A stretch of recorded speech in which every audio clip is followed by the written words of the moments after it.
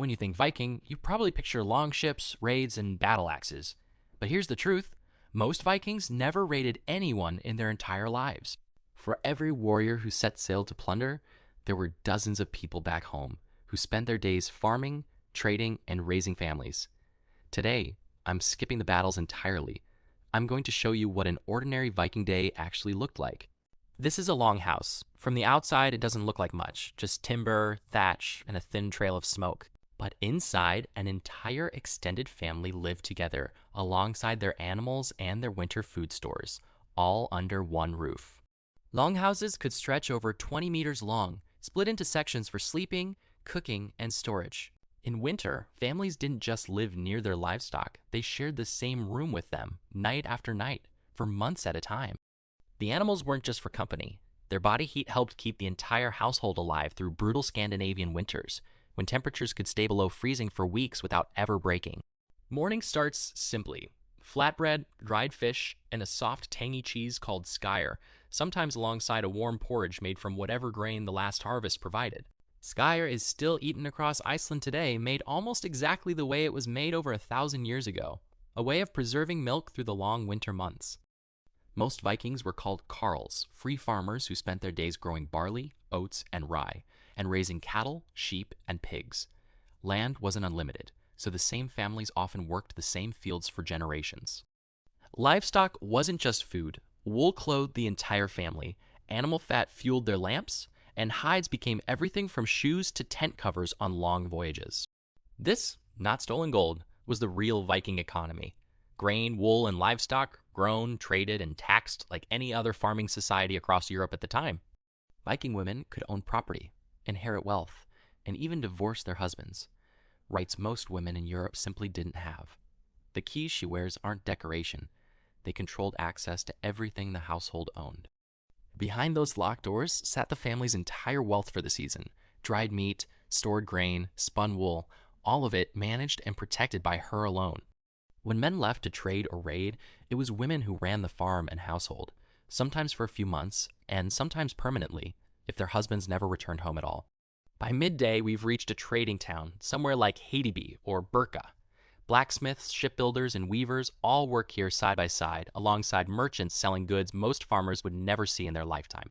Ships like this one kept the whole town running, furs, iron, and timber heading out, silver and foreign goods coming back in return. Norse blacksmiths were far more skilled than most people assume, capable of producing pattern-welded swords, some of the finest blade work anywhere in Europe at the time.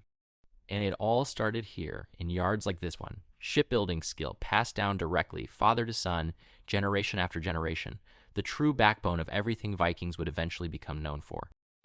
Viking trade routes stretched much further than most people realize, through Russian rivers, all the way to Baghdad and Constantinople.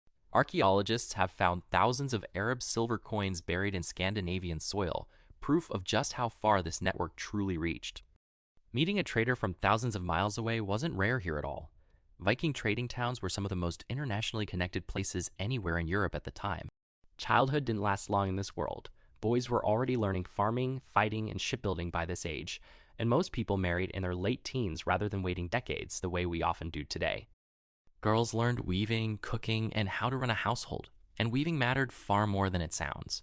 The massive sails that powered Viking ships were woven entirely by hand, sometimes taking over a year to finish just one. As the day goes on, the community might gather for something called a thing, a public assembly where free men voted on laws and settled disputes, from property arguments to accusations of serious crimes. Before laws were ever written down, an entire legal code lived only in the memory of one person, recited aloud, word for word, at every single gathering. Most disputes were settled with fines and compensation, not violence. This was one of the earliest forms of democratic assembly in Europe. Iceland's version, the Althing, was founded in the year 930 and still exists today, making it one of the oldest parliaments in the entire world. As the sun finally sets, the day's work becomes a feast. Mead, roasted meat, and fresh bread are passed around the table, often shared from a single communal drinking horn. Sharing a single horn wasn't just practical. It was a small, repeated act of trust, passed from hand to hand every single night.